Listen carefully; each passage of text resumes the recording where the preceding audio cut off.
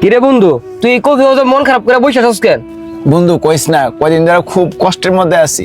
বাড়িতে যাই, বাড়িতে রান্না বান্না কিছু নাই, বাড়ি ডরে বাড়িতে যাইতে পারি না। আমার তুই বন্ধু একটা ব্যবস্থা করে দে, বাড়িতে গ্যাস নাই। বউ কয়ে দিছে গ্যাস ছাড়া বাড়িতে যাওয়া যাবে না বন্ধু। আজকে দুদিন ধরে আমি কফি হাউসে বাইরে লইছি বন্ধু, আমার একটা ব্যবস্থা করে দে বন্ধু। তুই এখানে আসছ আমার একমাত্র বন্ধু। আরে গ্যাসের কথা কইতাছ, আমারও তো একই অবস্থা। আরে বাংলাদেশে তো কোথাও গ্যাস নাই, কিন্তু একটা দেশও গ্যাস আছে। গ্যাস আর গ্যাস, প্রচুর গ্যাস।